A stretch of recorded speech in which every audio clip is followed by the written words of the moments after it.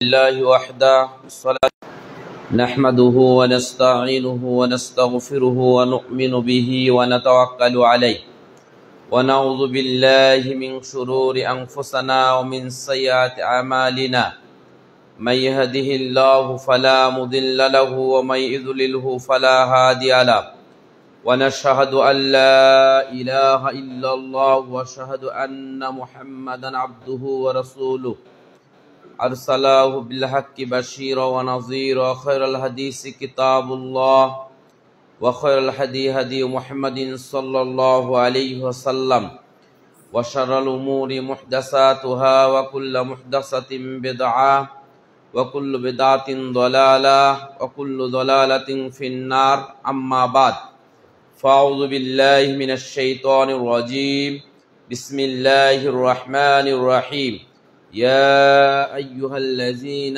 آمنوا قوا أنفسكم وأهليكم نارا إلى الآخر الآية.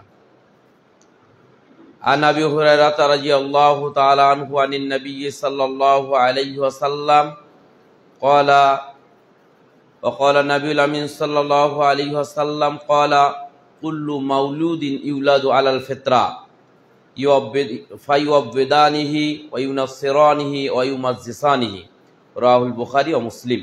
বুখারী 1358, সহিহ মুসলিম 2658 নম্বর হাদিস। وقال الشاعر ترد النزات ولم تسلك مسالك إن السفينة لا تجري على يابسي। প্রশংসা সেই মহান আল্লাহ সুবহানাহু ওয়া তাআলার জন্য যে আল্লাহ সুবহানাহু ওয়া তাআলা দীর্ঘ একটি সপ্তাহ পর এই ফজিলতপূর্ণ বরকতপূর্ণ জুমার দিন বৃষ্টির মধ্যে রাস্তাঘাটের কাদা অনেক প্রতিকূলতার অবস্থায়ও আমরা মসজিদে আসতে পেরেছি শুধুমাত্র সেই রবের অনুগ্রহে, সেই রবের কৃপায়, সেই রবের মহব্বতে। যেই রব আমাদেরকে উপস্থিত করেছেন অগণিত মানুষের মধ্য থেকে, যাদেরকে ভালোবাসেন, যাদেরকে পছন্দ করেন, যাদেরকে পবিত্র করতে চান, যাদেরকে নিষ্পাপ অবস্থায় আল্লাহ তাআলা দুনিয়া থেকে নিয়ে যেতে চান। অগণিত মানুষ টিভির পর্দায় রয়েছে, ঘুমিয়ে আছে, কাজের কর্মব্যস্ততায় রয়েছে, মসজিদে আসার সৌভাগ্য তাদের হয়নি। তো আল্লাহ রাব্বুল আলামিন যিনি আমাদেরকে ভালোবেসে মহব্বত করে আমাদেরকে পাপমুক্ত করতে চাচ্ছেন, সেই রবের শুকরিয়া আদায় করি আলহামদুলিল্লাহ। দরুদ ও সালাম বর্ষিত হোক সেই নবীর প্রতি যার মাধ্যমে আমরা ইসলাম পেয়েছি। সেই বিশ্ব নেতা আখিরি নেতার প্রতি জানাই অগণিত দরুদ ও সালাম সাল্লাল্লাহু আলাইহি ওয়াসাল্লাম। সম্মানিত উপস্থিতি, আজকের খুতবার আলোচ্য বিষয় আদর্শ পরিবার গঠনে আমাদের করণীয়। আমরা আমাদের পরিবারকে কিভাবে আদর্শ পরিবার হিসেবে গড়ে তুলতে পারি, এই বিষয়ের উপর আমরা গুরুত্বপূর্ণ কিছু কথা আপনাদের সামনে পেশ করব ইনশাআল্লাহ। ওমা তাওফিক ইল্লা বিল্লাহ। সম্মানিত উপস্থিতি, একটি পরিবার গঠিত হয় স্বামী স্ত্রীর মাধ্যমে। স্বামী স্ত্রীর মাধ্যমে একটি পরিবার গঠিত হয়। যখন স্বামী স্ত্রী হয় না, তখন আপনি আপনার পরিবারের সদস্য, আপনার আব্বার পরিবার, সেই পরিবারের আপনি সদস্য। আর যখন আপনি বিবাহ করবেন, তখন আলাদা আপনার একটি পরিবার হবে। তার মানে বিবাহের মাধ্যমে একটি নতুন পরিবার তৈরি হয়। আর এই পরিবারটা যদি ইসলামিকভাবে তৈরি না হয়, আমরা যদি এই পরিবারটাকে আধুনিকতার নামে ছেড়ে দেই, তাহলে আমরা নিজেরা আধুনিক পরিবার গড়ে তুলতে পারবো, কিন্তু ইসলামিক আদর্শ পরিবার গড়ে তোলা আমাদের পক্ষে সম্ভব হবে না। আমরা যদি এটাকে খুব সাধারণ কোনো বিষয় মনে করি, তাহলে আমাদের জীবনের একটি বড় ভুল হবে বলে আমরা মনে করি। কেন? কারণ আল্লাহ রাব্বুল আলামিন সূরা তাহরিমের মধ্যে আলোচনা করছেন, ইয়া আইয়ুহাল্লাযীনা আমানু কু আনফুসাকুম ওয়া আহলিকুম নারা। হে ঈমানদারগণ, তোমরা নিজে জাহান্নামের আগুন থেকে বাঁচো এবং তোমার পরিবারের সদস্যদেরকে জাহান্নামের আগুন থেকে বাঁচাও। এখন আমি যদি মনে করি যে আমি তাহাজ্জুদে সালাত আদায় করি, 5 ওয়াক্ত সালাত আদায় করি, সিয়াম পালন করি, দাড়ি রেখেছি, টুপি পরি, বড় জুব্বা গায়ে দেই, আমি জান্নাতে চলে গেছি, কিন্তু আমার পরিবারের ব্যাপারে আমি বেখেয়াল, আমার পরিবারের ব্যাপারে আমি কোনো চিন্তা করি না, আমার পরিবারকে আমি ছেড়ে দিয়েছি, পরিবারের মতো চলছে, তাহলে আপনি ইবাদত করে বা আপনি যে আমলগুলো করেছেন সেই আমলের বিনিময়ে আপনি জান্নাতে যেতে পারবেন না। কেন? কারণ আল্লাহ রাব্বুল আলামিন এই আয়াতের মধ্যেই আপনাকে বলছেন যে আপনি বাঁচবেন এবং আপনার নিয়ন্ত্রণে যারা আছে, যাদেরকে আপনি পরিচালনা করছেন, যাদের আপনি ভরণ পোষণের দায়িত্ব নিয়েছেন, তাদেরকেও জাহান্নামের আগুন থেকে আপনাকে বাঁচাতে হবে। তারা যদি না বাঁচে তাহলে আপনি বাঁচতে পারবেন না। আপনি মনে করছেন যে তারা কোথায় যায় যাক, দেখার কোনো সময় নেই। অনেক সময় আমরা দেখতে পাই যে কোনো ছেলে বা কোনো মেয়ে যদি পিতা মাতার অবাধ্য হয়, তাহলে আমরা তাকে ছেড়ে দেয়, যা তুই যা ইচ্ছা করবি কর। না, এই সুযোগ আপনার নেই। যে কোনোভাবে হোক, যে কোনো পদ্ধতি অবলম্বন করেই হোক না কেন, আপনি তাকে ফিরে নিয়ে আসবেন, এটা আপনার দায়িত্ব। যে কোনোভাবে কিভাবে ফিরবে এটা আপনার দায়িত্ব। যেহেতু আল্লাহ রাব্বুল আলামিন আপনাকে এই দায়িত্ব দিয়েছেন, তাই আল্লাহ রাব্বুল আলামিন সেই পদ্ধতি আপনাকে দিয়েছেন। আপনি ফিরে আনতে পারবেন, অবশ্যই পারবেন। সেই ক্যাপাসিটি আল্লাহ তাআলা আপনাকে দিয়েছেন, যার কারণে আল্লাহ তাআলা তাকে বাঁচার জন্য, তাকে জাহান্নাম থেকে বাঁচানোর জন্য আপনাকে নির্দেশ দিয়েছেন। তার মানে আপনি চেষ্টা করলে, আপনি ইচ্ছা করলে আপনি যেমন বাঁচতে পারবেন জাহান্নাম থেকে, অনুরূপভাবে আপনার পরিবারের প্রত্যেকটি সদস্যকে আপনি জাহান্নামের আগুন থেকে বাঁচাতে পারবেন। তাই আল্লাহ তাআলা বললেন যে তুমি নিজে জাহান্নামের আগুন থেকে বাঁচো এবং তোমার পরিবারের যারা সদস্য আছে তাদেরকে জাহান্নামের আগুন থেকে বাঁচাও। তার মানে আল্লাহ রাব্বুল আলামিন পরিবারের মালিকের হাতে এমন কিছু ক্যাপাসিটি, এমন কিছু পদ্ধতি, এমন কিছু নিয়ম দিয়েছেন, যেই নিয়মের মাধ্যমে, যেই পদ্ধতির মাধ্যমে পরিবারের মালিক তিনি তার পরিবারের সদস্যদেরকে, ছেলে মেয়ে ভাই বোন যারা তার নিয়ন্ত্রণে আছে, সবাইকে জাহান্নামের আগুন থেকে বাঁচাতে পারবে। আল্লাহ রাব্বুল আলামিন বলেন, ওমর আহলিকা বিসসালাহ ওয়াসতাবির আলাইহা, তুমি নিজের সালাত আদায় করো এবং তোমার পরিবারের সদস্যদেরকে সালাত আদায় করাও। তার মানে আপনি সালাত আদায় করবেন এবং আপনার পরিবারের সদস্যদেরকে আপনি সালাত আদায় করাবেন। তার মানে সালাতের মাধ্যমে আপনি জাহান্নামের আগুন থেকে বাঁচবেন এবং আপনার পরিবারের যারা সদস্য আছে তারাও জাহান্নামের আগুন থেকে বাঁচবে। এখন আপনি সালাত আদায় করছেন, আপনার ছেলে শুয়ে আছে, আপনার মেয়ে শুয়ে আছে, আপনার স্ত্রী শুয়ে আছে, কোনো খবর নেই, তাহলে কিভাবে হবে? কোনোভাবেই সম্ভব না, আপনি জান্নাতে যেতে পারবেন না। পরিবেশটা এমন ভাবে গড়ে তুলতে হবে যে আপনার ঘুম ভাঙার আগে যেন আপনার ছেলের ঘুম ভেঙে যায়, ফজরে যেন আপনার ছেলে আপনাকে ডাকে, অথবা আপনার মেয়ে আপনাকে ডাকে, অথবা আপনার স্ত্রী আপনাকে ডাকে। কিন্তু না, আপনি ঘুমিয়ে পড়েছেন, তারাও ঘুমিয়ে পড়েছে, আপনিও জাগেননি, তারাও জাগে নাই। তার মানে এরকম পরিবেশ আপনি তৈরি করতে পারেন নাই। সেরকম পরিবেশ আপনাকে তৈরি করতে হবে। অনেক সময় আমরা, বিশেষ করে মাহফিলের সময়, মাহফিল করে রাতে ফজরের আগে আসি বা 2টা-3টার সময় এসে আমরা ঘুমিয়ে যাই, তখন গভীর ঘুম। তখন যদি আমাদের স্ত্রী বা আমাদের সন্তান যদি আমাদেরকে না ডাকে, তাহলে আমাদের পক্ষে ওটা কিন্তু খুব কঠিন, সম্ভবই না বলা যায়। আলহামদুলিল্লাহ, আমরা যখনই ঘুমাই না কেন সঙ্গে সঙ্গে উঠে, আলহামদুলিল্লাহ আমার একটা ছোট্ট মেয়ে আছে, 2 বছর এখনো পূর্ণ হয়নি, 2 বছর এখনো পূর্ণ হয়নি। যদি কখনো ঘুম মানে বেশি ঘুম আসে, ফজর আজান হয়ে গেছে কিন্তু আমি জাগতে পারি নাই, তো দেখা যায় আমার স্ত্রী এবং মেয়ে জেগে যায়। আমার স্ত্রী জেগে গেলে তাড়াহুড়া করে, ওঠো ওঠো তাড়াতাড়ি ওঠো, জামাত শেষ হয়ে গেল, মসজিদে যাও তাড়াতাড়ি। আর আমার মেয়েটা, ছোট্ট মেয়ে, 2 বছর এখনো হয়নি, কথা এখনো ভালোভাবে বলতে পারে না। ও আমার মাথার কাছে এসে মাথায় এভাবে আস্তে করে হাত বোলায় আর বলে, আব্বু ওঠো। মানে সুন্দরভাবে তার কথা এখনো পরিষ্কার নয়, সে মাথায় হাত দিয়ে আমার চুল এইভাবে আস্তে আস্তে বোলায় আর বলে, আব্বু ওঠো। মানে সালাতের সময় হয়েছে, এখন ওঠো। ছোট বাচ্চা, উঠবো, যদি বাসায় সালাত আদায় করি তাহলে ও আমার সাথে সালাত আদায় করবে। এই যে পরিবেশ তৈরি করতে হবে, আমরা যদি পরিবেশ তৈরি করতে ব্যর্থ হই, এটা তো আল্লাহর দোষ না। আপনি আল্লাহকে বলবেন, আল্লাহ আমার ছেলেকে আমি নিয়ন্ত্রণ করতে পারি নাই, আল্লাহ আমি আমার মেয়েকে নিয়ন্ত্রণ করতে পারি নাই, আল্লাহ আমি আমার স্ত্রীকে নিয়ন্ত্রণ করতে পারি নাই, আল্লাহ আমাকে ক্ষমা করো। আপনি মনে করলেন আল্লাহ আপনাকে ক্ষমা করবে? আপনি এই দোয়ায় পার হয়ে যাবেন না? এই দোয়ায় পার হওয়ার সুযোগ নেই, কারণ আপনাকে দায়িত্বই দেওয়া হয়েছে এটা। কিন্তু সেই দায়িত্বই যদি অবহেলা করেন, তাহলে আপনি এই দোয়ায় আপনি পার হতে পারবেন না। সম্মানিত উপস্থিতি, তাই বিবাহটা আগে জরুরি। বিবাহের মাধ্যমে পরিবার গঠিত হয়। সেই বিবাহটা আপনি কিভাবে করবেন, কোন পদ্ধতিতে করবেন, সেই পদ্ধতি আগে আপনাকে সুন্দর আদর্শবান মেয়ে নিয়ে আসার পরেই আদর্শ পরিবার গড়ে উঠবে। যদিও আমরা একজন দার্শনিকের কথা জানি, যিনি বলেছিলেন যে আমাকে আদর্শ মা দাও, আমি তোমাদেরকে আদর্শ জাতি দিব। এটা আমরা সবাই জানি, সবারই মুখস্থ। কিন্তু আমি যদি জিজ্ঞাসা করি যে অদ্যজাহানের খলিফা উমর ইবনুল খাত্তাব রাদিয়াল্লাহু তাআলা আনহু তিনি কি বলেছেন, এটা কে বলতে পারবেন? বলেন। তা আমার মনে হয় না একজন লোক বলতে পারবে যে এই প্রসঙ্গে, এই বিবাহ প্রসঙ্গে, বাড়িতে স্ত্রী আনা প্রসঙ্গে, সন্তানের মা আনা প্রসঙ্গে উমর ইবনুল খাত্তাব রাদিয়াল্লাহু তাআলা আনহু, যিনি অদ্দজাহানের খলিফা, তিনি কি বলেছেন আমাদের মুসলিম ভাইরা কয়জন বলতে পারবেন? বলেন দেখি। কেউ বলতে পারবেন না। কেন? কারণ আমার চিন্তা তো ওটার মধ্যে নাই। আমার চিন্তা ইহুদি, নাসারা, খ্রিস্টান, তাদের আদর্শ গ্রহণ করব, দুনিয়াতে বড় লোক করবো, বাড়ি গাড়ি করবো, তাদের ডিজাইনে বাড়ি করতে হবে, তাদের চালানো গাড়ির মতো আমাকে গাড়ি করতে হবে, তাদের স্ত্রীর মতো আধুনিক স্ত্রী আমার দরকার, তাদের সন্তানের মতো আধুনিক সন্তান আমার দরকার। এটা তো আপনার চিন্তা। কিন্তু আপনার চিন্তা যদি পরিবর্তন হয়, আপনার চিন্তাটা যদি ইসলাম হয়, আপনার চিন্তাটা যদি আদর্শ হয়, তাহলে অবশ্যই আপনার চিন্তাটা এরকম হবে না। ওমর ইবনুল খাত্তাব রাদিয়াল্লাহু আনহু ছেলে আব্দুল্লাহ ইবনে ওমর রাদিয়াল্লাহু আনহু, যিনি সর্বাধিক হাদিস বর্ণনা করেছেন, সর্বাধিক হাদিস আবু হুরায়রা রাদিয়াল্লাহু আনহু এবং আব্দুল্লাহ ইবনে ওমর, যারা বেশি হাদিস বর্ণনা করেছেন তাদের একজন হচ্ছে আব্দুল্লাহ ইবনে ওমর রাদিয়াল্লাহু তাআলা আনহু। তো আব্দুল্লাহ ইবনে ওমর রাদিয়াল্লাহু আনহু তিনি তার পিতাকে জিজ্ঞাসা করতেছেন। তিনি তার পিতাকে জিজ্ঞাসা করছেন। কি জিজ্ঞাসা করছেন?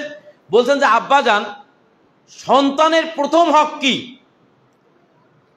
সন্তানের প্রথম হক কি পিতার কাছে? পিতা সন্তানকে সর্বপ্রথম কি দিবে? সন্তানের সর্বপ্রথম পাওয়া কি পিতার কাছে?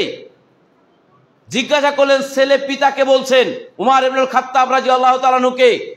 উমর ইবনুল খাত্তাব রাদিয়াল্লাহু তাআলা আনহু বললেন, সন্তানের পিতা যেন সন্তানের জন্য একটি ভালো মা ক্রয় করে। কথাটা আবার শোনেন। উমর রাদিয়াল্লাহু বললেন, সন্তানের পিতা যেন সন্তানের জন্য একটি ভালো মা ক্রয় করে। মা কখন ক্রয় করে? বিবাহ কখন করে? সন্তান হওয়ার পরে না আগে? সন্তান হওয়ার আগে না পরে? সন্তান হওয়ার আগে, তাই না? কিন্তু পশ্চিমারা কখন করে? পশ্চিমারা যখন সন্তান বড় হয়, প্রেম করে, কি করে, সন্তান বড় হওয়ার পরে তারপর বিবাহ করে। কিন্তু ইসলাম কি তাই? ইসলাম তাই না। উমর রাদিয়াল্লাহু বললেন, সন্তানের পিতা যেন সন্তানের জন্য একটা ভালো মা ক্রয় করে। তার মানে আপনি বিবাহ করার আগে আপনার পরিকল্পনা থাকবে, আপনার ছেলের জন্য আপনি ভালো মা নিয়ে আসবেন, আপনার মেয়ের জন্য আপনি ভালো মা নিয়ে আসবেন, তাহলে আপনার পরিবার আদর্শ হবে। তার মানে বিয়ের পূর্বে আপনার পরিকল্পনা থাকবে, আপনি আদর্শ মা দিবেন, আপনার সন্তানকে উপহার দিবেন। এটাতে যদি আপনি ব্যর্থ না হন, তাহলে আপনার পরিবার কন্ট্রোলে আপনি ব্যর্থ হবেন না, আপনার পরিবার আদর্শ করতে আপনি ব্যর্থ হবেন না। যদি আপনি এই পরিকল্পনা করেন যে বিবাহ করার আগে আপনার পরিকল্পনা যে আমি আমার সন্তানের জন্য একটা ভালো মা দিব, তার মানে আপনি বিবাহ করার আগে আপনি ভালো মা খুঁজবেন, যে আমি আমার সন্তানকে একটা ভালো গিফট দিব। সন্তানের প্রথম পাওয়া পিতার কাছে সেটা হলো আদর্শ মা। তার মানে আমাকে আদর্শ মেয়ে বিবাহ করতে হবে, যেই মা পেয়ে আমার সন্তান খুশি হবে, যেই মা পেয়ে আমার সন্তান আমার নিয়ন্ত্রণে থাকবে, যেই মা পেয়ে আমার সন্তান আমার কথা মতো চলবে, যেই মা পেয়ে আমার সন্তান আমি বৃদ্ধ অবস্থায় আমার সেবা যত্ন করবে, এরকম মা আমাকে দিতে হবে, তাহলেই আপনি সফল হবেন। আল্লাহ তাআলা বললেন সূরা রহমান, আমরা সবাই মোটামুটি জানি, আল্লাহ বললেন আর রহমান আল্লামাল কুরআন খলাকাল ইনসান। আল্লাহ কি বললেন? আর রহমান, দয়াময় আল্লাহ, আল্লামাল কুরআন, শিক্ষা দিয়েছেন কোরআন, খলাকাল ইনসান, তৈরি করেছেন মানুষ। আচ্ছা, মানুষ আগে নাকি তেলাওয়াত আগে কোরআন শিখবে? আপনার ছেলেটাকে দুনিয়াতে আসবে নাকি আগে কোরআন শিখবে? কথাটা একটু বোঝার চেষ্টা করেন। আল্লাহ কি বলতেছেন? আল্লাহ বললেন দয়াময় আল্লাহ কি দিয়েছেন? কোরআন শিক্ষা দিয়েছেন, তাই না? তারপরে কি বললেন? তৈরি করেছেন মানুষ, তাই না? তার মানে আগে আপনার পরিকল্পনা থাকবে যে আমার সন্তান দুনিয়াতে আসবে, তাকে আমি কোরআন শিখাবো, তাকে আমি কোরআনের হাফেজ তৈরি করব, তাকে আমি আলেম তৈরি করব। তার মানে পরিকল্পনা আগে, বাস্তবায়ন হবে পরে। যেমন ব্রিটিশেরা 100 বছর আগে প্ল্যান করে, পরিকল্পনা করে, বাস্তবায়ন 100 বছর পরে। আর আমাদের এই প্ল্যান পরিকল্পনা নাই আমাদের। মানে আমরা মুসলিমেরা খাচ্ছি, যাচ্ছি, ঘুরতেছি, 2-4 টাকা ইনকাম করছি, ফুর্তি করে শেষ করে ফেলছি, কিন্তু আপনার আমার প্ল্যান নেই যে আমরা কি করব, কোন প্ল্যানে চলবে, এরকম চিন্তাই নেই। ইহুদিদের স্কুলে যারা লেখাপড়া করে, ধরেন 5ম শ্রেণী, 6ষ্ঠ, 8ম, 10ম শ্রেণীতে যেসব ছেলেমেয়েরা স্কুলে পড়ে, ইহুদিদের স্কুলে যেসব বাচ্চারা পড়ে, এরা ওই টিফিনের যে টাকা দেয়, বাপ মা টাকা দেয় না টিফিনের জন্য, 10 টাকা 20 টাকা করে দেয় কিনা, দেয়। এরা প্রত্যেক মাসে ওই টিফিনের হাফ টাকা খায়, আর হাফ টাকা জমা করে। কারা? ইহুদির সন্তানেরা। এই হাফ টাকা দিয়ে মুসলিমকে মারার জন্য এবং মুসলিমদের উপর নির্যাতনের জন্য যে সমস্ত সংস্থারা কাজ করে সেখানে তারা এই টাকাটা ইনভেস্ট করে। ধরেন বাংলাদেশে অমুসলিমেরা মুসলমানের উপরে হামলা করছে, এই ইহুদিরা কি করবে? অমুসলিমদেরকে ওই টাকাটা দিবে যাতে ওরা অস্ত্রও কিনতে পারে, ওরা মুসলিমকে মারতে পারে। এই যে তাদের পরিকল্পনা, প্ল্যান। আপনার কয়টা প্ল্যান আছে? আপনি আজকে বলেন এখানে একটা প্রোগ্রাম করব, আপনি টাকা সংগ্রহ করতে পারবেন না। আপনি আজকে বলেন আমি একটা ইফতার মাহফিল করব, আপনি টাকা সংগ্রহ করতে পারবেন না। আপনি আজকে বলেন আমি একটা এখানে মাহফিল করব, মানুষকে দিন শেখাবো, আপনি সেই লোক পাবেন না, আপনি সে টাকা পাবেন না। আপনি মসজিদ তৈরি করবেন, টাকা পাচ্ছেন না। আপনি মাদ্রাসা তৈরি করবেন, আপনি টাকা পাচ্ছেন না, কারণ আপনার প্ল্যান নেই, আপনার পরিকল্পনায় মুসলিমদের প্ল্যান পরিকল্পনা নাই। এই জন্য আপনাকে প্ল্যান করতে হবে আগে থেকে। তা আল্লাহ তাআলা সেই প্ল্যানের কথা বলে দিলেন যে আল্লাহ কি বললেন? কোরআন শেখার কথা বললেন, তারপরে মানুষ সৃষ্টির কথা বললেন। তার মানে আগে সন্তান হওয়ার পূর্বে আপনার প্ল্যান থাকবে যে আমার সন্তানকে আমি কোরআন শেখাবো, তাহলে আপনি সফল হবেন। এছাড়া আপনি সফল হতে পারবেন না। আপনি যদি মনে করেন আমার ছেলেটা বড় হোক, হাই স্কুলে লেখাপড়া করুক, কলেজে উঠলে আমি একটা মক্তবে ভর্তি করাই দিব অথবা একটা প্রাইভেট টিচার দিব, ওগুলা ইসলাম সব শিখে ফেলবে, সেটা কি সম্ভব? সম্ভব না। আমার ছেলেটাকে আমি পড়াচ্ছি, সকালবেলা ফজরে উঠে কোচিংয়ে যায়, তারপরে আবার প্রাইভেটে যায়, তারপরে স্কুলে যায়। এই যে এতগুলো করছে, কোচিং করছে, প্রাইভেট করছে, স্যারের কাছে লেখাপড়া করতেছে, এতগুলো চলছে, এতগুলো সময় চলছে, যখনই বলা হচ্ছে কোরআন শেখান তো হুজুর সময় পায় না, সে খুব ব্যস্ততা, হুজুর সময় দিতেই পারছে না। তো এতগুলো সময় আপনার হচ্ছে, আপনার ছেলের, আপনার মেয়ের এতগুলো সময় হচ্ছে, তো কোরআন পড়ার সময়টা আপনার বাচ্চার হয় না কেন? আপনি জানেন না ইহুদি নাসারারা তাদের বাচ্চাদেরকে প্রথম যেটা শেখায়, তারা তাদের ধর্ম শেখায়, আর দ্বিতীয় নম্বর মুসলিমকে নিধন করার জন্য এবং মুসলিম বিদ্বেষী করে তাদেরকে প্রথমে গড়ে তোলা হয়। এরপর তারা ডাক্তার, ইঞ্জিনিয়ার, বিজ্ঞানী যা হয় হোক, কোনো সমস্যা নেই, কিন্তু তাদেরকে ছোটবেলা থেকেই তৈরি করা হয় মুসলিম বিদ্বেষী করে। আপনি তো পারেন না সেটা, আপনি তো ফেল। আপনি তো ছোটবেলা থেকে আপনার বাচ্চাকে অমুসলিম বিদ্বেষী করে তুলতে পারেন নাই, ইহুদি বিদ্বেষী করে তুলতে পারেন নাই, খ্রিস্টান বিদ্বেষী করে তুলতে পারেন নাই। সেটা যদি আপনি পারেন, তাহলে আপনার ছেলে হিন্দু হতে হবে না, আপনার ছেলে বৌদ্ধ হবে না, আপনার ছেলে ইহুদি হবে না। কিন্তু আপনার ছেলে মুসলিম, অথচ সে ইহুদের মতো কাজ করে। আপনার ছেলে মুসলিম, সে বৌদ্ধর মতো কাজ করে। আপনার ছেলে মুসলিম, সে হিন্দুদের মতো কাজ করে। আপনার মেয়ে মুসলিম, সে হিন্দুর মতো টিপ পরে কপালে পরে ঘোরে। আপনি মুসলিম, আপনার স্ত্রী মুসলিম, আপনার ছোট শিশু বাচ্চার আপনার কপালের মধ্যে কালো টিপ দিয়েছেন কেন? মানুষের যেন বদনজর না লাগে। অথচ রাসূল সাল্লাল্লাহু আলাইহি ওয়াসাল্লাম শিক্ষা দিলেন যে বদনজরের জন্য দোয়া শিক্ষা দিলেন। আল্লাহ রাসূল সাল্লাল্লাহু আলাইহি ওয়াসাল্লাম বললেন যে বদনজর এত খারাপ, বদনজর এত পাওয়ারফুল, একজন মানুষের মৃত্যু পর্যন্ত হতে পারে কারো বদনজর লাগে। কোনো বাচ্চার যদি বদনজর লাগে, সঙ্গে সঙ্গে ওই বাচ্চা পাতলা পায়খানা, বমি এবং অসুস্থ হয়ে পড়বে। আল্লাহ রাসূল সাল্লাল্লাহু আলাইহি ওয়াসাল্লাম দোয়া শিক্ষা দিলেন, অথচ আপনি দোয়াটা জানেন না।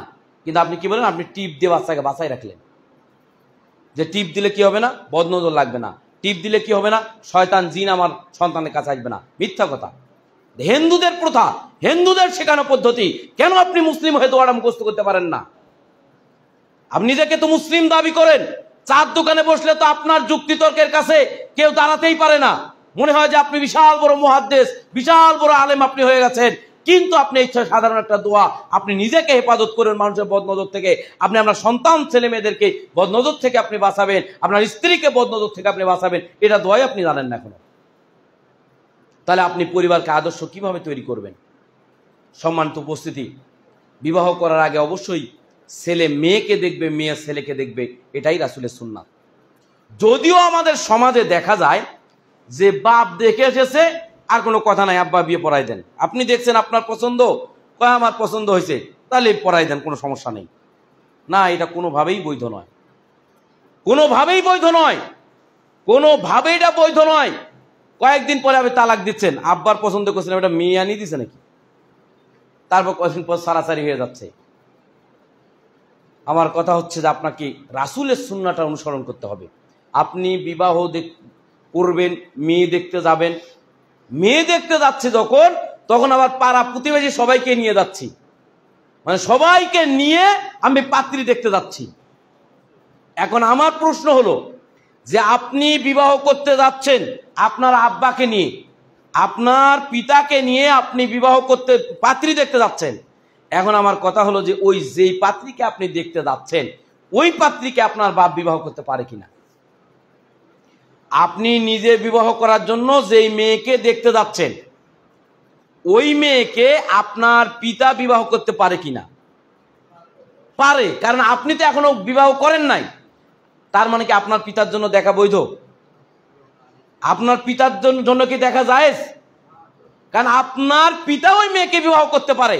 তো যাদের জন্য বিবাহ করা জায়েজ, যেগুলো গায়রে মাহরিম, তাদের জন্য কি জায়েজ? জায়েজ নয়। তাহলে আপনি কেন দেখতে গেলেন? যেখানে পিতা দেখতে যেতে পারছে না সেখানে আপনি গেলেন, আপনার চাচাতো ভাই, মামাতো ভাই, খালাতো ভাই, দুলা ভাই সবাই মিলে যে মেয়ে দেখতে গেলেন, এটা কোন ইসলামে আপনাকে বৈধ করেছে? তো আপনি বিবাহের শুরুতেই যদি আপনি অবৈধ কাজ করেন, বিবাহের শুরুতেই যদি আপনি ফরজ লঙ্ঘন করেন, সেই স্ত্রী দিয়ে আপনি জান্নাত ক্রয় করবেন? সেই স্ত্রী দিয়ে আপনি পরিবার আদর্শ বানাবেন নাকি? গরুর হাটের মতো গরুর হাটে গরু কিনতে গেলেন, কুরবানির গরু, পরিবারের 5-7 জন 10 জন সবাই মিলে গেলেন। কেউ যা লেজ টানতেছে, কেউ যা দাঁত দেখতেছে, কেউ আবার শিং দেখতেছে, কেউ পাও দেখতেছে, এরকম করে না গরুর হাটে গিয়ে। তা আপনি মেয়ে দেখতে যা তাই করছেন। আপনি মেয়ে দেখতে গেছেন, চাচাতো মামাতো ভাই, খালাতো ভাই সবাইকে, কেউ বলতেছে একটু চুলটা খুলে দেখাও, কেউ বলতেছে একটু হেঁটে দেখাও, কেউ বলতেছে এটা, কেউ বলতেছে ওটা, কেউ বলছে কোরআন পড়তে পারো, একটু তেলাওয়াত শোনাও, কেউ বলতেছে একটু গান শোনাও, কেউ বলতেছে এটা, কেউ মানে সবাই একটা একটা করে প্রশ্ন করতেছে। মানে সেখানে মনে হচ্ছে যে গরুর হাটে যেমন আপনি গরু দেখতে গেছেন, ঠিক অনুরূপ ভাবে আপনি মেয়ে দেখতে গেছেন, সেখানে আপনি সেম কাজই করতেছেন। আজব বুঝলাম, বাকিগুলো ছেড়ে দিলাম, কোরআন তেলাওয়াতটাই ধরলাম। যে আপনি গিয়ে জিজ্ঞেস করলেন যে আপনি কি কোরআন পড়তে পারেন? মেয়ে বললো কোরআন পড়তে পারি। তাহলে একটু শোনান, সে আপনাকে শোনালো, এটা আপনার জন্য বৈধ? এই কোরআন তেলাওয়াতটা কি আপনার জন্য বৈধ? তার মানে মেয়েরা কোরআন তেলাওয়াত শোনা আপনার জন্য, আমার জন্য বৈধ না। একজন বেগানা নারীর তেলাওয়াত আপনার আমার জন্য বৈধ নয়। কেন? কারণ নারীদের কণ্ঠটাও পর্দা। এই জিনিসটা, এই বিধানটা আমরা আজও পর্যন্ত জাতিকে বোঝাতে পারছি না। আজও পর্যন্ত আমরা এই মুসলিম জাতি, আমরা এই বাঙালি মুসলিম জাতি আজও পর্যন্ত বোঝাতে অক্ষম যে নারীদের কণ্ঠ পর্দা, তাদের শরীর পর্দা, তাদের দেহ পর্দা, তারা পুরোটাই পর্দারই জিনিস। মণিমুক্তা যেরকম সংরক্ষিত থাকে, এই নারীরা সেরকম সংরক্ষিত থাকবে।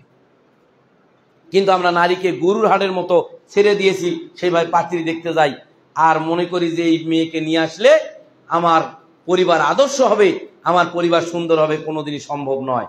আর যেই মেয়ে এতগুলো লোকের সামনে এসে আসবে, সেই মেয়েটা যে দিনদার নয়, এতে বুঝতে কোনো অসুবিধা হওয়ার কথা না। এবার আসেন, এবার আপনি মোবাইলে দিনী বোন, একটু লক্ষ্য করেন, এই মোবাইলে দিনী ভাই আর দিনী বোন, এগুলো সব শয়তানি। এই দিনী বোন আর দিনী ভাই, মোবাইলে দেখা যাচ্ছে ফেসবুকে দিনী ভাই আর দিনী বোন দুইজন গল্প করছে, সম্পর্ক স্থাপন করেছেন। এই কার সাথে কথা বলো? আমার দিনী বোন। কার সাথে কথা বলো? আমার দিনী ভাই। তো দিনী ভাই কি তার স্বামী? দিনী বোন কি তার স্ত্রী? তাহলে তার সাথে কথা বলা কি বৈধ? বৈধ নয়। দিনী ভাই আর দিনী বোন, দিনী ভাই বলতেছে যে তোমাকে একটু দেখি, না না ভাই আমি তো খুব পর্দা করি। আরে পর্দা করে বুঝলাম, জান্নাতে গিয়ে তোমাকে যেন চিনতে পারে, এই জন্য মুখ খোলা একটা ছবি দাও। নাউজুবিল্লাহ। এই হলো দিনী ভাই আর দিনী বোনের অবস্থা।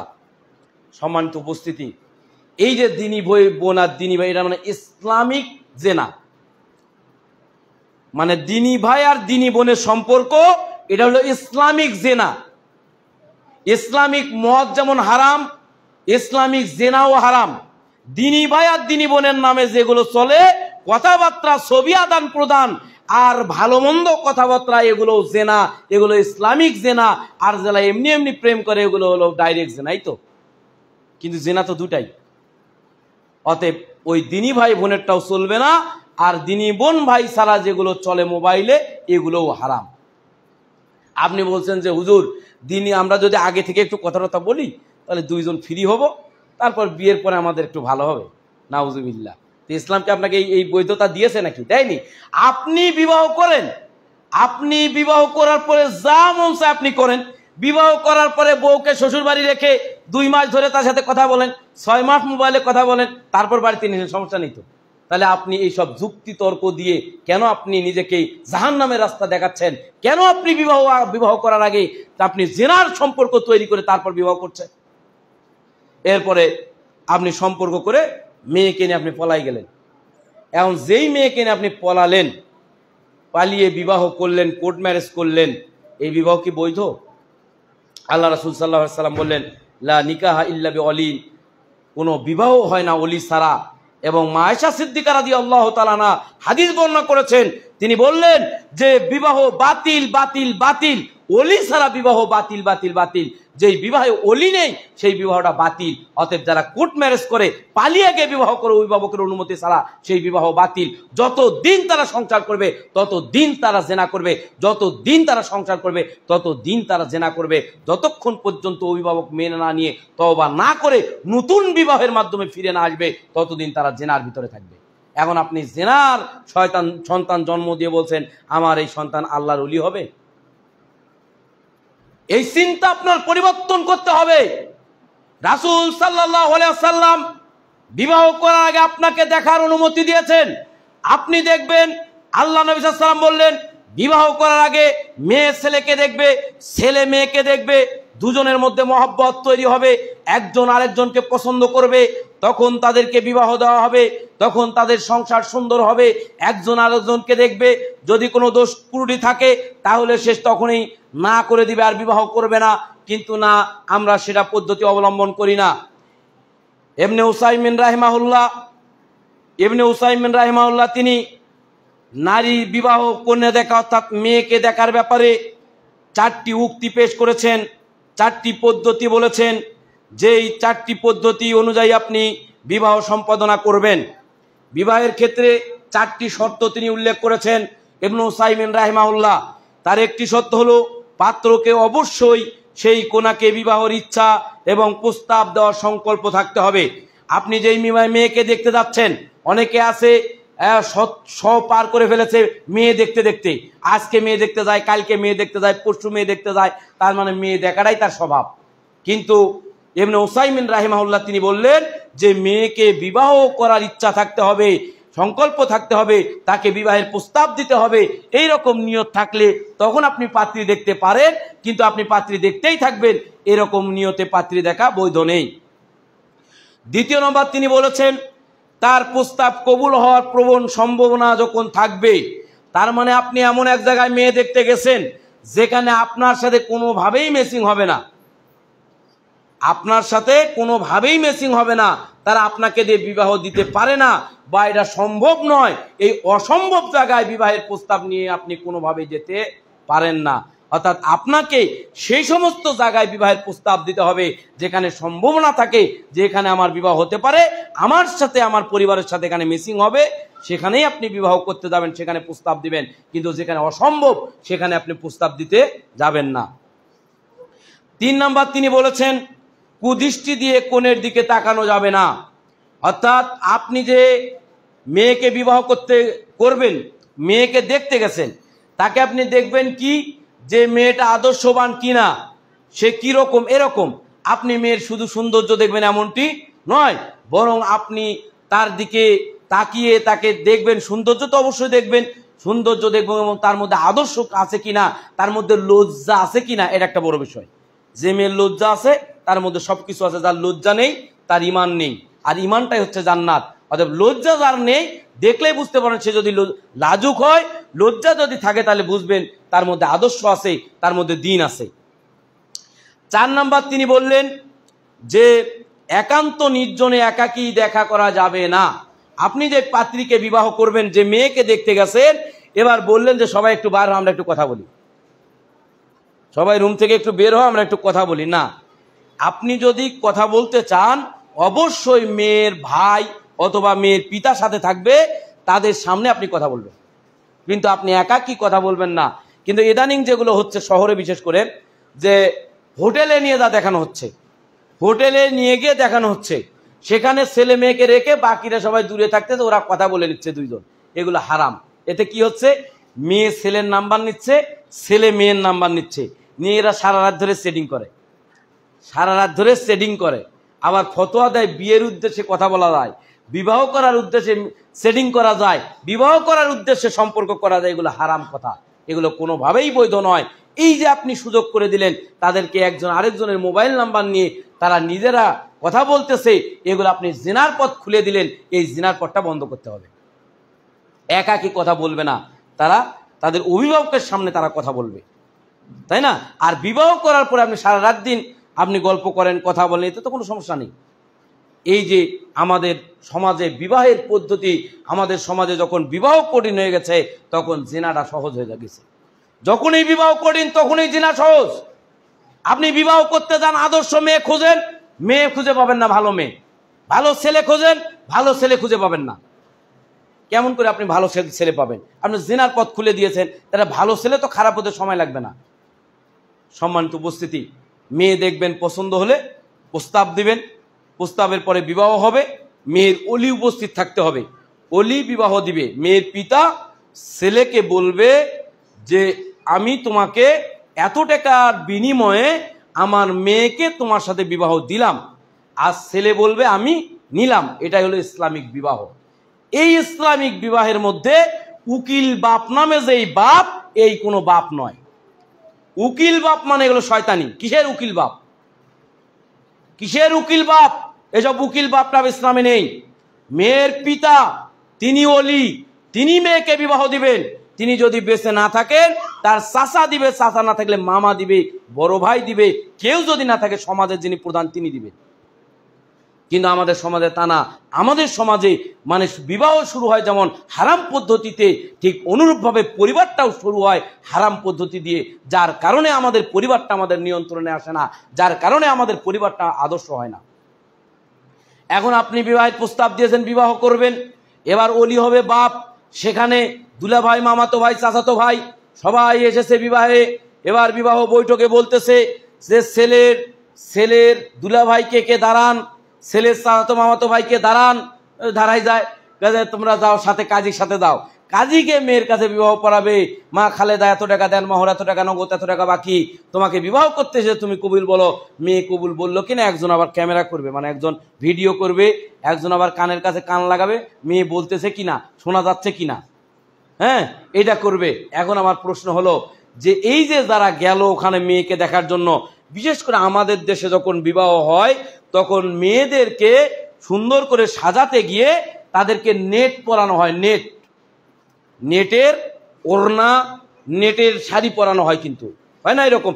সবাইকে আমি বলতেছি না, অধিকাংশ এইরকমই তো হয় আমাদের দেশে। তো নেটের কাপড় পরানো থাকে, তার মানে অর্ধলগ্ন, উলঙ্গ অবস্থায় থাকে। তো এই অবস্থায় আমার চাচাতো ভাইকে আমার বউকে দেখবে? আমার দুলাভাই দেখা কি বৈধ? ওরে ভাই, আমার দুলাভাইকে যে আমি পাঠালাম, আমার দুলাভাই তো যতদিন আমার বাড়িতে আসবে ততদিন তো আমার স্ত্রীকে ওই নজরেই তাকাবে। ওই যে প্রথম দিন দেখে এসেছে যেইভাবে অর্ধেক উলঙ্গ অবস্থায় দেখছে না, তো সেই অবস্থায় তো আমার দুলাভাই যতদিন আমার বাড়িতে আসবে ততদিন ওই অবস্থায় দেখবে। আর শাশুড়ি আম্মাকে বলবে, আম্মা আপনি কেন খাবার নিয়ে আসেন, অমুকের বউ কোথায়, তাকে পাঠায় দেন, সে খাবার দেখ। আপনার বউ আপনার দুলাভাইয়ের খাদেমগিরি করবে। এই জন্য আল্লাহ তৈরি করেছে আপনার সেবা করার জন্য। আপনি আপনার দুলাভাইয়ের সেবা করতে লাগালেন কেন? তো সেটা যদি পারেন তাহলে বাপ মায়ের সেবা করতে লাগাতে পারেন না কেন? বিবাহ করেছেন আপনি, আপনার সেবা করবে আপনার স্ত্রী, তা আপনি পাঠালেন আপনার দুলাভাইয়ের সেবা করার জন্য, তো সেই সেবা আপনার বাপ মা বিরুদ্ধে হলে কেন পাঠাতে পারেন না আপনার স্ত্রীকে? আপনার পরিকল্পনা, আপনার ব্রেন পরিবর্তন করতে হবে, আপনার চিন্তা চেতনা পরিবর্তন করতে হবে। এই চিন্তা দিয়ে আপনি আদর্শ পরিবার গড়ে তুলতে পারবেন না। আপনার পরিবারের আদর্শ গড়ে তোলার জন্য আপনার চিন্তা চেতনার পরিবর্তন দরকার। আপনি আধুনিকতার নাম নিয়ে আপনি উলঙ্গ হয়ে ছেড়ে দিবেন তা নয়। যদি উলঙ্গ হওয়া আধুনিকতা হয় তাহলে কুকুর সবচেয়ে বড় আধুনিক প্রাণী, কারণ কুকুর সবসময় উলঙ্গই থাকে। সব প্রাণী, গরু ছাগল সব লেজ দিয়ে তাদের লজ্জাস্থান ঢেকে রাখে, একমাত্র কুকুর তার লজ্জাস্থান ওপেন করে রাখে। আর আপনি যদি মনে করেন যে আধুনিকতা মানে উলঙ্গ হওয়া, আধুনিকতা মানে কাপড় ছট কাপড় পরা, আধুনিকতা মানে সব কিছু যেন আমার দেখা যায়, প্যাট পিট সব খুলে বের করে রাস্তাঘাটে চলার নাম যদি আধুনিকতা হয়, তাহলে কুকুর হলো পৃথিবীর সবচেয়ে আধুনিক প্রাণী, কারণ সে তার লজ্জাস্থান বের করেই রাখে। সম্মানিত উপস্থিতি, আপনাকে আমাকে খুব চিন্তা করে পথ চলতে হবে।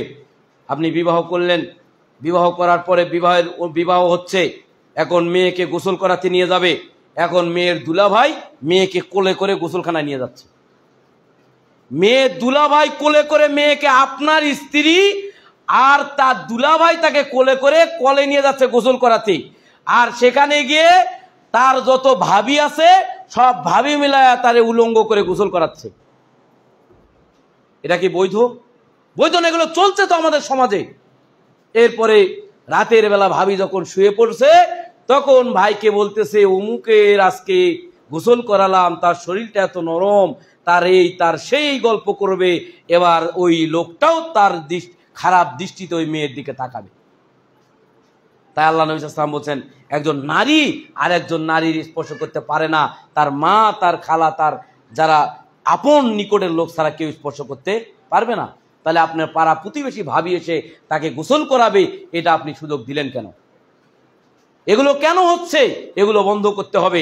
শুধু মেয়ের ক্ষেত্রে না, ছেলের ক্ষেত্রেও তাই হচ্ছে। আপনার মেয়ের বাড়ির লোকেরা ছেলেকে মেহেন্দি লাগাতে যাচ্ছে, তাকে মেহেদি দিতে যাচ্ছে। এবার ছেলের বাড়ির ছেলের ভাবি দুলাভাইকে কেজে তারা আবার মেয়েকে মেহেন্দি মাখাতে যাচ্ছে। এগুলো সব হিন্দুদের প্রথা, এগুলো অমুসলিমদের শিষ্টাচার, এগুলো অমুসলিমদের কালচার, এগুলো আমাদের ভিতরে ঢুকে পড়েছে। চিন্তা করা যায় যে মেয়ের ভাবি এসে ছেলেকে গোসল করাবে, কেন? সে জীবনে গোসল করে নাই, নাকি গোসল করতে জানে না? তাহলে কেন করাবে? কেন সেগুলো করাবে? তা আপনি কিসের মুসলিম? আপনি মুসলিম হয়ে কাজগুলো কিভাবে আপনাকে দিয়ে সম্ভব হচ্ছে? এগুলো সবই জেনার অন্তর্ভুক্ত, এগুলো সবই জেনা, এগুলো থেকে বিরত থাকতে হবে। এবার আপনি মেয়েকে নিয়ে আসবেন, বাড়ির মধ্যে গান বাজনা হয়, বিশাল বিশাল ড্রাম সেট নিয়ে এসে রাস্তা দিয়ে যাওয়া কঠিন। আপনি ড্রাম সেট বাজিয়ে বিবাহ করে সেখান থেকে আপনি আদর্শ পরিবার যদি চিন্তা করেন, তাহলে আপনার মতো বোকার দুনিয়াতে কেউ নেই। আপনি বোকার স্বর্গে বসবাস করছেন।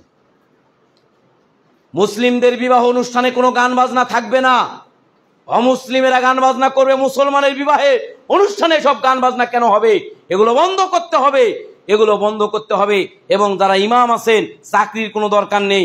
আপনি বলবেন, গান বাজনা যদি বন্ধ না হয় আপনার বাড়িতে বিবাহ পড়াতে আমি যাব না, আপনার চাকরি আমার দরকার নেই। আপনার চাকরি আমাকে করতে হবে এমনটা না। অনেক ইমাম আছে আমাদের জানা, যারা চাকরির জন্য, যারা 2 টাকা বেতনের জন্য তারা অবৈধ কাজ করে, সমাজের গান বাজনাওয়ালা বাড়িতে বিবাহ পড়াতে যায়, আরো সমাজে অবৈধ কাজ করে। কেন? আমার চাকরি চলে যাবে। তাহলে ইমাম সাহেবের এই বিশ্বাস যদি না থাকে, এই আকীদা যদি না থাকে যে রিজিকের মালিক আল্লাহ, তাহলে সাধারণ লোকের ওই আকীদা থাকবে? তার মানে ওই ইমাম ইমামতির যোগ্য নাই, সে যোগ্যতা সম্পূর্ণ ইমাম নয়। যে ইমামতি করে এবং হারাম কাজ করে, ইমামতি করে এবং জর্দা খায়, ইমামতি করে এবং বিড়ি সিগারেট খায়, ইমামতি করে এবং সুদের সাথে জড়িত হয়, ইমামতি করে এবং সমাজে হারাম কুসংস্কার অনুষ্ঠানে অংশগ্রহণ করে, সেই ইমামতির যোগ্য কোনোভাবেই নয়। তার মানে যেই সব ইমামেরা, ইমাম মুয়াজ্জিনেরা এই সমস্ত অনুষ্ঠানে যায়, বুঝতে হবে তার মধ্যে ঈমান নেই এবং তার মধ্যে মূল আকীদা বিশ্বাসও সে বোঝে না। সম্মানিত উপস্থিতি, বিবাহ করে নিয়ে আসলেন, নিয়ে আসার পরে এবার আপনি কি করবেন? নিয়ে আসার পরে এবার ওই আপনি বাসর যাপন করবেন। তারপর নিয়ে আসার পরে নতুন স্ত্রীকে নিয়ে আসার জন্য যে দোয়া রয়েছে, আল্লাহ নবী সাল্লাল্লাহু আলাইহি ওয়াসাল্লাম দোয়া শিক্ষা দিয়েছেন। এভাবে মাথার চুলে হাত রাখবেন, স্ত্রী আপনার মাথার চুলে হাত রাখবে, হাত রেখে দোয়া পড়বে, আল্লাহুম্মা ইন্নী আসআলুকা খায়রাহা খায়রা মা জাবালতা আলাইহি ওয়া আউযু বিকা মিন শাররিহা শাররা মা জাবালতা আলাইহি। আল্লাহ, আমি যাকে নিয়ে এসেছি তার মধ্যে যে ভালো গুণ আছে, ভালো যে বৈশিষ্ট্য আছে, আল্লাহ সেগুলো আমাকে প্রদান করো। তার মধ্যে যে খারাপ বৈশিষ্ট্য আছে, খারাপ যে দিকগুলো রয়েছে, আল্লাহ সেগুলো থেকে তুমি আমাকে হেফাজত করো। তাহলে স্ত্রীর খারাপ আচরণ আপনি পাবেন না। কিন্তু এই দোয়া তো আপনি পড়েন নাই। আপনি তো আল্লাহর কাছে বলেন নাই যে আল্লাহ, আমি যাকে নিয়ে এসেছি তার ভালো দিকটা আমাকে দাও আর খারাপ দিকটা আমাকে দিও না। তা আপনি যদি এই দোয়াই না করেন, তাহলে তো আপনার স্ত্রী তো আপনার খারাপ ভাষায় গালি দিবে, আপনার স্ত্রী তো আপনার সাথে খারাপ আচরণ করবে, কারণ তো আপনি খারাপ আচরণ থেকে আল্লাহর কাছে আপনি পানাহা চাননি।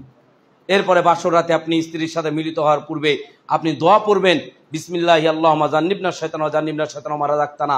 আল্লাহ, আমি আমার স্ত্রী সহ মিলিত হচ্ছি, আমাদের এই মিলিত হওয়ার পরে যে সন্তান জন্মগ্রহণ করবে, সেই সন্তান এবং আমরা যে দুইজন এখানে মিলিত হচ্ছে আমাদের নিকট থেকে তুমি শয়তানকে দূরীভূত করো। এই দোয়া যদি আপনি পড়েন, তাহলে শয়তান আপনার সন্তানকে কোনো ক্ষতি করতে পারবে না। কিন্তু আপনি পড়েন নাই, তাহলে আপনি ওই সন্তান তো, শয়তান তো তার সাথে থাকবে, শয়তান তো তার সাথে বিচরণ করবে, শয়তান তো তার সাথে চলাফেরা করবে। তাহলে কিভাবে আপনি আপনার ভালো সন্তান কামনা করেন? বিয়ের পরের দিন এবার ওই যে আত্মীয় স্বজন যারা এসেছে, দুলা ভাইয়েরা, এবার ওই দুলা ভাইয়েরা গ্রামে হয়, এটা শহরে হয়তো সম্ভবত হয় না, গ্রামে হয়, দেখা যায় বিয়ের পরের দিন নতুন বউ আরো বাড়ির যেসব ভাবিরা আছে তারা সহ আর যারা দুলা ভাই আছে এরা সবাই মিলে রং মাখামাখি করে। হিন্দুরা করে হচ্ছে আপনার ওই যে হিন্দুরা যেমন রং মাখামাখি করে না, ঠিক অনুরূপ হিন্দুদের মতো এরকম রং মাখামাখি করে। কে কাকে জড়াই ধরতেছে, কে কার গায়ে রং দিচ্ছে, আর কি করতেছে, এই দৃশ্য যদি আপনি একবার দেখেন, মুসলিম যদি থাকে হন আর যদি ইমান আপনার থাকে, আপনি লজ্জায় সেখানে মুখ দেখাতে পারবেন না, অথচ মুসলমানের বিবাহিত এগুলো হচ্ছে। তাহলে আপনি মুসলিমেই তো আপনার, আপনি মুসলিম দাবি করাই তো কঠিন, তাহলে আপনি আপনার পরিবারটাকে কিভাবে আদর্শ করবেন? এরপরে সন্তান জন্ম নিবে, সন্তান জন্ম নেওয়ার পরে সন্তানের 7ম দিনে আকিকা করতে হবে। সন্তান জন্ম নেওয়ার সাথে সাথেই কবিরাজের কাছে গিয়ে তাবিজ নিয়ে এসে গলায় ঝুলিয়ে দিলেন, কেন? বদ নজর যেন না লাগে। তারপর টিপ লাগাই দিলেন, বদ নজর যেন না লাগে। এগুলো হারাম, এগুলো হারাম। তাবিজ তো কোনোভাবেই চলবে না, এমনকি কোরআনের আয়াতও যদি লেখে ঝুলিয়ে দেওয়া যায় তবুও সেটা শিরিক, তবুও সেটা হারাম, কোনোভাবে এটা বৈধ নয়। আল্লাহ নবী সাল্লাল্লাহু আলাইহি ওয়াসাল্লাম বলেন, মান তাআল্লাকা তামিমাতান ফাকাত আশরাকা, যে ব্যক্তি তাবিজ ঝুলালো সে শিরিক করলো। অর্থাৎ তাবিজ সেটা কোরআনের হোক, আর গাছগাছালি হোক, আর ঝাউ জঙ্গল হোক, আর যেটাই হোক, ঝোলালেই শিরিক হবে। অর্থাৎ তাবিজ ঝোলাবেন এটা শিরিক হবে। আপনার শিশু বাচ্চাকে যদি ছোটবেলা থেকে শিরিকের উপরে গড়ে তোলেন, বেদাতের উপরে গড়ে তোলেন, তাহলে ওই সন্তান আদর্শবান হতে পারে না। সম্মানিত উপস্থিতি, এবার সন্তান হওয়ার পরে আপনি তাহানিক করবেন। তাহানিক কি? আপনি নিজে অথবা ভালো কোনো ব্যক্তি বা আপনার মসজিদের ইমাম সাহেব বা মুয়াজ্জিন সাহেব তার কাছে যাবেন, খেজুর নিয়ে গিয়ে বলবেন আমার সন্তানকে একটু আপনার সন্তানকে একটু তাহানিক করে দেন। তখন ইমাম সাহেব খেজুরটা চিবিয়ে, ওই খেজুরটা মুখ থেকে বের করে চিবিয়ে একবারে পাতলা করে নিয়ে ওই বাচ্চার মুখে দিবে, বাচ্চার মুখে দিবে, বাচ্চা খাবে। এটা রাসূলের সুন্নাত এবং এর মধ্যে রহমত আছে, বাচ্চার পেট ক্লিয়ার হয়ে যাবে ইনশাআল্লাহ। আপনি এটা করবেন, কিন্তু আমরা এটা করি না। তাহানিক করতে হবে, রাসূলের সুন্নাত। এরপর 7ম দিনে আকিকা করতে হবে, 7ম দিনে আকিকা করতে হবে। অন্য অন্য দিনের যে হাদিস রয়েছে সেগুলো সহি নয়। অতএব আপনি 7ম দিনে আকিকা করবেন। ছেলে হলে 2টা, মেয়ে হলে 1টা ছাগল জবাই দিবেন। গরু, ছাগল, উট, দুম্বা যেগুলো দেওয়া হয় আমাদের দেশে, এগুলো ইসলামী শরীয়ত সম্মত নয়। আপনি আগে একটা মেয়ে হলে আগে একটা ছাগল দিবেন, ছেলে হলে 2টা ছাগল দিবেন। দেওয়ার পরে আপনি উট, দুম্বা, গরু, ছাগল, মহিষ, ভেড়া যা যা মন চায় জবাই করে গোটা বাংলাদেশের লোককে খাওয়ান, কোনো সমস্যা নেই। আপনাকে সুন্নাহটা পালন করেন, তারপর আপনি যা ইচ্ছা তাই করেন। কয়েকদিন আগে গত মঙ্গলবারে আমার ভাইরার একটা মেয়ে হয়েছে, তা আমাকে ফোন দিয়েছে যে আমি হচ্ছে অনুষ্ঠান করব। কবে আকিকা? মঙ্গলবারের দিন আকিকা হবে। তো কি অনুষ্ঠান করবেন? বলছে যে আমি গরু জবাই করে সবাইকে খাওয়াবো। অনেকদিন আমার বাচ্চা হয় না, আল্লাহ আমাকে বাচ্চা দিয়েছেন, আমি মানুষকে খাওয়াবো। তাহলে ঠিক আছে, কোনো সমস্যা নাই। তা আপনি একটা আগে ছাগল জবাই দিবেন, আর সব লোককে দাওয়াত দিবেন। তাদেরকে দাওয়াত দিতে গিয়ে বলবেন যে আমি এটা আল্লাহকে খুশি করে, আমি খুশি মনে খাওয়াবো, আমার বাড়িতে কেউ কিছু নিয়ে যাবেন না, না কোনো গিফট, না কোনো টাকা। কোনো টাকাও আমাকে দিবেন না, কোনো গিফটও আমার বাড়িতে নিয়ে যাবেন না। আপনারা যাবেন, খেয়ে চলে আসবেন। তো এটা কি আপনি পারবেন? যদি এটা পারেন তাহলে আপনি অনুষ্ঠান করেন, আপনার কোনো বাধা নাই। আপনি একটা ছাগল জবাই করেন, ছাগল কিনছি, ঠিক আছে, ছাগল আপনি জবাই দিবেন। এরপর গরু, উট, দুম্বা যা যা পারেন সবই জবাই দিবেন। আর যাদেরকে দাওয়াত দিবেন তাদেরকে বলবেন আপনি আমার বাড়িতে কিছু নিয়ে আসবেন না, আপনি শুধু খাবেন আর চলে যাবেন। এরকম করেন, এতে কোনো সমস্যা নাই। কিন্তু না, আপনি কি করছেন? গরু জবাই করতেছেন, মানুষকে দাওয়াত দিয়ে আসতেছেন, কেউ টাকা দিচ্ছে, কেউ গিফট দিচ্ছে, এই নিয়তে আপনি অনুষ্ঠান করলে সবই তো বাতিল। তো এগুলো করা যাবে না। 7ম দিনে আকিকা করবেন। এরপর সুন্দর নাম রাখতে হবে, সুন্দর নাম রাখতে হবে, যেই নামের সুন্দর অর্থ আছে, অর্থবহ নাম রাখতে হবে, যেই নামটা সুন্দর অর্থ আছে। আল্লাহর 99টি নাম যদি আপনি রাখতে পারেন এটা সবচাইতে উত্তম। আর আল্লাহ সুবহানাহু ওয়া তাআলার কাছে 2টি নাম বেশি প্রিয়, একটা হলো আব্দুল্লাহ আর আব্দুর রহমান। তো সবাই যদি আব্দুল্লাহ আর আব্দুর রহমান রাখে তাহলে সারা বাংলাদেশে তো আব্দুর রহমান আর আব্দুল্লাহ হবে না। আপনি আরো 99টি নাম আছে, সেখান থেকে আপনি যে কোনো নাম রাখতে পারেন। আর মেয়েদের ক্ষেত্রে আপনি যে কোনো সুন্দর অর্থবহ নাম আপনি রাখতে পারেন। আর ছেলেদের ক্ষেত্রে আপনি 99টি নাম রাখার চেষ্টা করবেন। এছাড়াও সুন্দর অর্থসহ নাম সাহাবীদের নামের সাথে বা ভালো কোনো ব্যক্তির নামের সাথে যে নামটা সুন্দর, অর্থটা সুন্দর, এটা আপনি রাখতে পারেন, এতে কোনো সমস্যা নেই ইনশাআল্লাহ। কিন্তু আপনি সবুজ, হলুদ, কালো, নীল এই যে নাম, এই সব নাম রাখবেন না। এমন নাম রাখলেন যে হিন্দুদের সাথে নামের সাথে সংমিশ্রণ হয়ে যাচ্ছে, এমন নাম রাখলেন যে নামটা খ্রিস্টানের, এমন নাম রাখলেন যে নামটা হিন্দু, এমন নাম রাখলেন যার কোনো অর্থ নাই। যেমন সবুজ, কোনো অর্থ আছে? অনেক লোকের নাম সবুজ আছে, নাই? আছে। আরো কত নাম আছে যেগুলো নামের কোনো অর্থ হয় না, সে সমস্ত নাম। আবার এমনও নাম আছে যেই নামগুলো শিরিক মিশ্রিত। গোলাম মোহাম্মদ আছে না অনেকের নাম? গোলাম মোহাম্মদ, তার মধ্যে মোহাম্মদের গোলাম। আপনি কি মোহাম্মদের গোলাম? আপনি কার গোলাম? আল্লাহর গোলাম আপনি, কিন্তু নাম রাখলেন কি? মোহাম্মদের গোলাম, নূর মোহাম্মদ। তার মানে আপনার আকীদাই খারাপ, আপনি নূর মোহাম্মদ রাখছেন, মানে মোহাম্মদের নূর। নাউজুবিল্লাহ। এই যে নাম, এ জাতীয় নাম রাখবেন। এই জন্য অর্থ যখন দেখবেন তখন আপনি অর্থ দেখলে বুঝতে পারবেন। আকীদা সংক্রান্ত বিষয় আপনাকে লক্ষ্য রাখতে হবে নাম রাখার ক্ষেত্রে। তার মানে আপনি সুন্দর নাম রাখবেন, সপ্তম দিনে আকিকা দিবেন, এইভাবে পরিবার আস্তে আস্তে আদর্শের দিকে যাবে। এরপর আপনাকে সন্তানকে আদর্শ শিক্ষাগারে পাঠাতে হবে, যেখানে আদর্শ শিক্ষা হয়।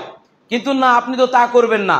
কিন্তু আমাদের চিন্তা হলো যেখানে পড়ালে আমার ছেলেটা ভালো চাকরি করতে পারবে, যেখানে পড়ালে আমার মেয়েটা ভালো চাকরি পাবে, যেখানে পড়ালে আমার মেয়েটা ভালো ইংলিশ বুঝবে, যেখানে পড়ালে আমার মেয়েটা গণিত ভালো বুঝবে, সেখানে আমাকে পড়াতে হবে। আমি এটা নিষেধ করতেছি না আপনাকে, আমি বলতে চাচ্ছি আগে আপনি কোরআন শেখান, আপনি ইসলামের যে বেসিক বিষয়গুলো আছে এগুলো আগে আপনি শেখান। এরপরে আপনি ডাক্তার বানান, ইঞ্জিনিয়ার বানান, মাস্টার বানান, এতে কোনো সমস্যা নেই। কিন্তু আগে ইসলাম শেখান, আগে দিন শেখান, এরপরে আপনি যা ইচ্ছা আপনি আপনার সন্তানকে বানাতে পারেন, এতে কোনো সমস্যা নেই ইনশাআল্লাহ। তাহলে আপনি সুন্দর শিক্ষাগারে পাঠাবেন। যখন দিন থেকে মানুষ দূরে চলে যাবে, দিনী শিক্ষা যখন ছেড়ে দিবে, আল্লাহ নবী সাল্লাল্লাহু আলাইহি ওয়াসাল্লাম বললেন ওয়া তুকুল্লিমা লিগায়রিদ দ্বীন, যখন মানুষেরা দিনী শিক্ষাকে ছেড়ে দিবে, আখিরাতের শিক্ষাকে ছেড়ে দিয়ে শুধুমাত্র দুনিয়াবী শিক্ষা অর্জন করবে, তখন আল্লাহ রাব্বুল আলামিন মানুষের উপরে রাগান্বিত হবেন এবং রাগান্বিত হয়ে মানুষকে শাস্তি দিবেন। সেখানে অনেকগুলো পয়েন্ট রয়েছে, কিন্তু তার মধ্যে একটি পয়েন্ট হলো আল্লাহ নবী সাল্লাল্লাহু আলাইহি ওয়াসাল্লাম বললেন ওয়া তুকুল্লিমা লিগায়রিদ দ্বীন, যখন মানুষেরা দিনী শিক্ষা ছেড়ে দিয়ে শুধুমাত্র দুনিয়াবী শিক্ষা অর্জন করবে, তখন আল্লাহ রাগান্বিত হবেন এবং মানুষকে শাস্তি প্রদান করবেন। কি শাস্তি দিবেন? রিহান হামরা, তখন তোমরা দেখতে পাবে অগ্নিবায়ু, গরম বাতাস এবং ভূমিকম্প, ভূমিধস, চেহারা বিকৃতির মতো একটার পর একটা আযাব আসতেই থাকবে। পুতির মালা ছিঁড়ে গেলে পুঁতিগুলো যেমন একটার পর একটা ঝরতে থাকে, অনুরূপভাবে যখন মানুষ এই পাপগুলো করবে, বা তুল্লিমালে গয়রির দিন, যখন মানুষ দিনে শিক্ষা দিয়ে শুধুমাত্র দুনিয়া শিক্ষা অর্জন করবে, এই পুতির মালা ছিঁড়ে গেলে যেমন পুঁতিগুলো একটার পর একটা ঝরতে থাকে, অনুরূপভাবে যখন মানুষ এই দিনী শিক্ষা ছেড়ে দিয়ে আখিরাতের শিক্ষা ছেড়ে দিয়ে শুধুমাত্র দুনিয়াবী শিক্ষা অর্জন করবে, তখন মানুষের উপরে একটার পর একটা শাস্তি আসতেই থাকবে। অতএব সম্মানিত দিনী ভাই, আপনাদের প্রতি আকুল আবেদন, পরিবার আদর্শ করার জন্য যে নিয়ম পদ্ধতিগুলো বলা হয়েছে এগুলো অনুসরণ করবেন। যেহেতু পরিবার একটা গঠন করা, আদর্শ পরিবারের অনেকগুলো পদ্ধতি রয়েছে, আর অনেক কথা রয়েছে যেগুলো সময় সংক্ষিপ্ত হওয়ার কারণে আমরা বিস্তারিত আলোচনা করতে পারছি না। আমরা আলোচনা এখানেই শেষের দিকে নিয়ে যাচ্ছি। আমরা আদর্শ পরিবারের জন্য অবশ্যই আল্লাহর কাছে আগে দোয়া করব বিবাহ করার আগেই। আল্লাহ, আমি যাকে বিবাহ করছি যেন সে দিনদার হয়, আমার পরিবারটা যেন আমি দিনই করতে পারি, এই জন্য আল্লাহর কাছে খালেস অন্তরে দোয়া করতে হবে। এবং বিবাহ ঠিক হওয়ার পরে আপনি অবশ্যই 2 রাকাত সালাত আদায় করে আল্লাহকে বলবেন, আল্লাহ, আমি যাকে বিবাহ করছি সে ভালো হবে কিনা আল্লাহ তুমি আমাকে জানাই দিও। ইনশাআল্লাহ আল্লাহ আপনাকে, এখানে একটা দোয়াও রয়েছে, দোয়াটা মুখস্থ করবেন, করে আপনি শুয়ে পড়বেন। আল্লাহ রাব্বুল আলামিন আপনাকে যে কোনোভাবে জানিয়ে দিবেন যে আপনি যাকে বিবাহ করতে যাচ্ছেন সেই মেয়েটা আসলে আপনার জন্য পারফেক্ট কিনা, সেই মেয়েটা আপনার জন্য কল্যাণকর হবে কি অকল্যাণকর হবে, আল্লাহ আপনাকে জানিয়ে দেবেন ইনশাআল্লাহ। সম্মানিত উপস্থিতি, আসুন আমরা আদর্শ পরিবার গঠনের জন্য সব পথ এবং পদ্ধতি অবলম্বন করব। আল্লাহ রাব্বুল আলামিন সেই তৌফিক আমাদেরকে দান করুন। আল্লাহুম্মা আমিন।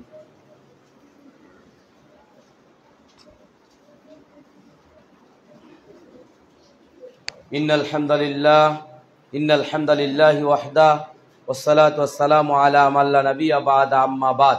আল্লাহুম্মা সাল্লি আলা মুহাম্মাদিন ওয়া আলা আলি মুহাম্মাদ কামা সাল্লাইতা আলা ইব্রাহিম ওয়া আলা আলি ইব্রাহিম ইন্নাকা হামিদুম মাজিদ। আল্লাহুম্মা বারিক আলা মুহাম্মাদিন ওয়া আলা আলি মুহাম্মাদ কামা বারাকতা আলা ইব্রাহিম ওয়া আলা আলি ইব্রাহিম ইন্নাকা হামিদুম মাজিদ। হে আল্লাহ, আমাদের মধ্যে যারা অসুস্থ রয়েছে, আল্লাহ তুমি তাদের সকলকে সুস্থতা দান করো। আজিবিল বাস রব্বান নাস ওয়াশফি আনতা শাফি লা শিফা ইল্লা শিফাউকা শিফাআন লা ইউগাদিরু সাকামা লা বাসা তুহুর ইনশাআল্লাহ। হে আল্লাহ, অসুস্থতার কারণে যারা মসজিদে আসতে পারেনি, আল্লাহ তুমি তাদেরকেও সুস্থতা দান করো। হে আল্লাহ, যারা মুসলিমদেরকে নির্যাতন করেছে, আল্লাহ তুমি তাদেরকে হেদায়েত দান করো। তা যদি হেদায়েতের অযোগ্য হয়, আল্লাহ তুমি তাদেরকে ধ্বংস করে দাও। হে আল্লাহ, যারা মুসলিমদের উপরে দীর্ঘদিন ধরে নির্যাতন করছে ইসরায়েল, আল্লাহ তুমি ইসরায়েলকে ধ্বংস করো, পাশাপাশি ইরাককেও ধ্বংস করো। আল্লাহ তুমি ইরাক এবং ফিলিস্তিন দুইজনকেই ধ্বংস করো। কেন? কারণ এরা দুইজনেই মুসলিমদের শত্রু। আমরা মনে করছি যে ফিলিস্তিনের উপর নির্যাতন করছে ইসরায়েল, সে অপরাধী। না, অপরাধী শিয়ারাও। কেন? কারণ এই ইরানিরাই এরা এদেরই তৈরি, এই হামাস এরা উস্কাইছে ওদেরকে। মাঝে মাঝে এরা হামলা করছে আপনার ইসরায়েলে, তখন ইসরায়েলেরা এদের উপর রাগ করে ফিলিস্তিনি মুসলিমদেরকে হত্যা করেছে। এরা ইচ্ছা করে এগুলো কাজ করেছে। তার মানে শিয়ারা কোনোভাবেই মুসলিম নয়, তাদেরকে ভাই বলার কোনো সুযোগ নেই। এই শিয়ার যে প্রধান, তাদেরকে বলা হয় খামেনি। যারা হয় মানে শিয়াদের যারা ধর্মীয় নেতা, তাদেরকে বলা হয় খামেনি। সে কি বলে যুদ্ধ শুরু করেছে আপনারা জানেন? আলীর নাম বলে, মানে আলীকে দিয়ে শুরু করেছে। চিন্তা করা যায়? তারপরেও আপনি তাকে মুসলিম বলবেন? তারা যদি সৌদি আরবকে কখনো দখল করতে পারে, তারা চায় যে মধ্যপ্রাচ্য তারা নিয়ন্ত্রণ করবে, তারা এটাকে তাদের নিয়ন্ত্রণে রাখবে। তারা যদি তারা যদি সৌদি আরব দখল করতে পারে, তাহলে আয়েশা রাদিয়াল্লাহু আনহাকে আগে কবর থেকে তুলবে, আবু বকর রাদিয়াল্লাহু কবর থেকে তুলে তাদের বিচার করবে। তারা কত বড় মুসলিম বিদ্বেষী আপনি চিন্তা করতে পারেন না। তা আমরা আল্লাহর কাছে দোয়া করি, আল্লাহ তাদের দুইজনের মধ্যে লাগছে যুদ্ধ, দুইজনকেই তুমি ধ্বংস করে দাও। তারা দুইজনেই মুসলিমদের জন্য চিরশত্রু, আর এই দুইজনকেই তুমি এদেরকে ধ্বংস করে দাও, আল্লাহুম্মা আমিন। এমন কি আপনারা কি জানেন যে এই দাজ্জাল বের হবে? এটা এই বিশ্বাস তো আমাদের আছে না? দাজ্জাল কোথায় থেকে বের হবে? দাজ্জাল ইরান থেকে বের হবে। আর এই ইরানিরাই হচ্ছে দাজ্জালের সহযোগী। ৭০,০০০ লোক আপনার দাজ্জালের সাথে থাকবে, এরা সবাই ইরানি। অতএব আমরা দোয়া করব, এই শিয়া এবং ইহুদি এরা অভিশপ্ত, আল্লাহ এদেরকে ধ্বংস করে দাও, আল্লাহুম্মা আমিন। হে আল্লাহ, আমাদের পরিবারে বরকত দান করুন, আমাদের পরিবারকে আদর্শ পরিবার হওয়ার তৌফিক দান করুন, আল্লাহুম্মা আমিন। সুবহানাকা আল্লাহুম্মা ওয়া বিহামদিকা আশহাদু আল্লা ইলাহা ইল্লা আনতা আস্তাগফিরুকা ওয়া আতুবু ইলাইক। আসসালাম।